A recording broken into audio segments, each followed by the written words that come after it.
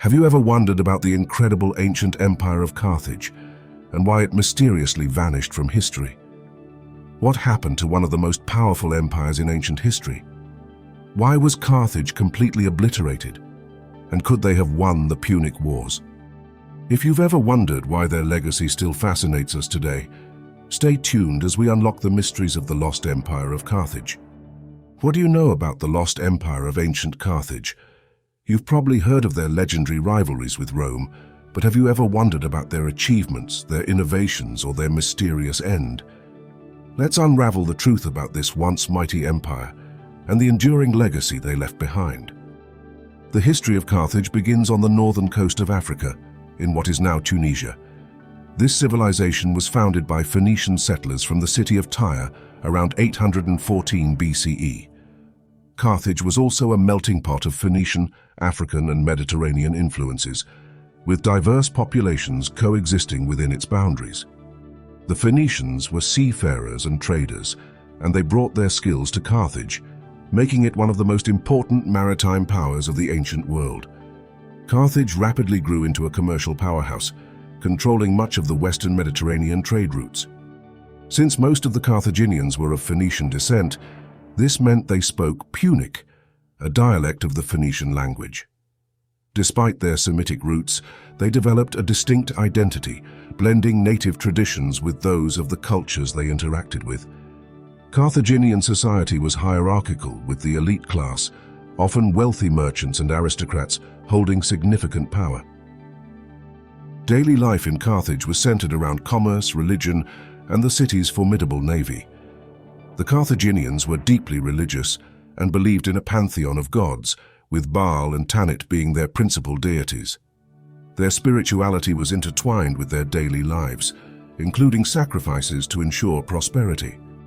Carthaginian families were traditionally patriarchal, but women had a more significant role in society than in many other ancient civilizations. They could own property, conduct business, and were involved in religious ceremonies. Marriages were often political alliances, as securing resources and power was essential to maintaining status and wealth. Carthage's mastery over the seas was unmatched.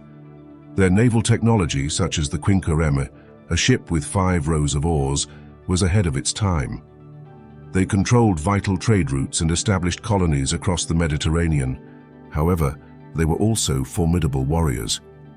Carthage's military, especially its legendary general Hannibal Barca, gave Rome a run for its money during the Punic Wars, particularly in the Second Punic War, where Hannibal's crossing of the Alps with war elephants became one of the most famous military feats in history. The Punic Wars, a series of 3 wars fought between Carthage and Rome, defined the fate of this mighty empire. The First Punic War, over control of Sicily, ended in defeat for Carthage. But the real blow came in the Second Punic War, when Hannibal's victories, most famously the Battle of Cannae, sent shockwaves through the Roman Republic.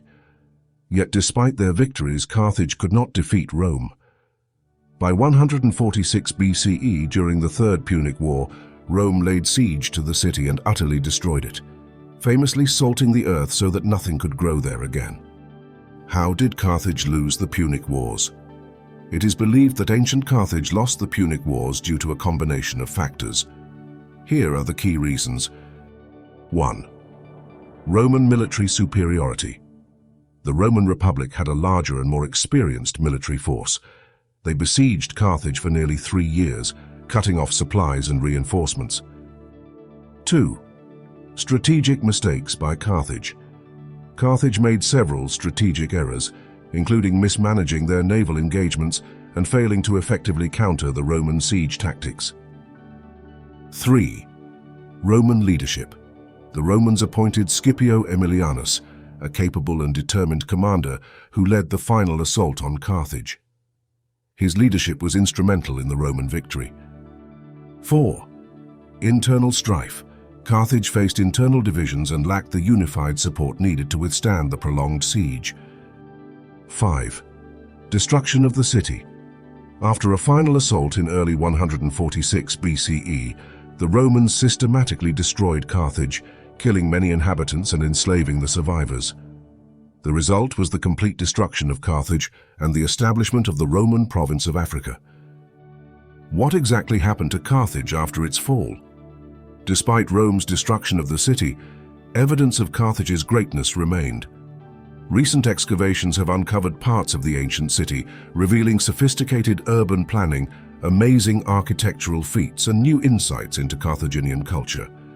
However, much about their civilization remains shrouded in mystery, especially concerning their religion and the truth behind their human sacrifices. Carthage's legacy lives on in more ways than one. Their naval prowess influenced the development of future naval strategies, and their wealth and trade networks set a precedent for the globalized world we live in today. Even modern-day Tunisia, the land that once was Carthage, still reflects the traces of this great civilization, though the Carthaginians themselves are long gone. The rise and fall of Carthage is a tale of ambition, innovation, and tragedy. Their empire may have been destroyed, but their legacy is still felt in today's world.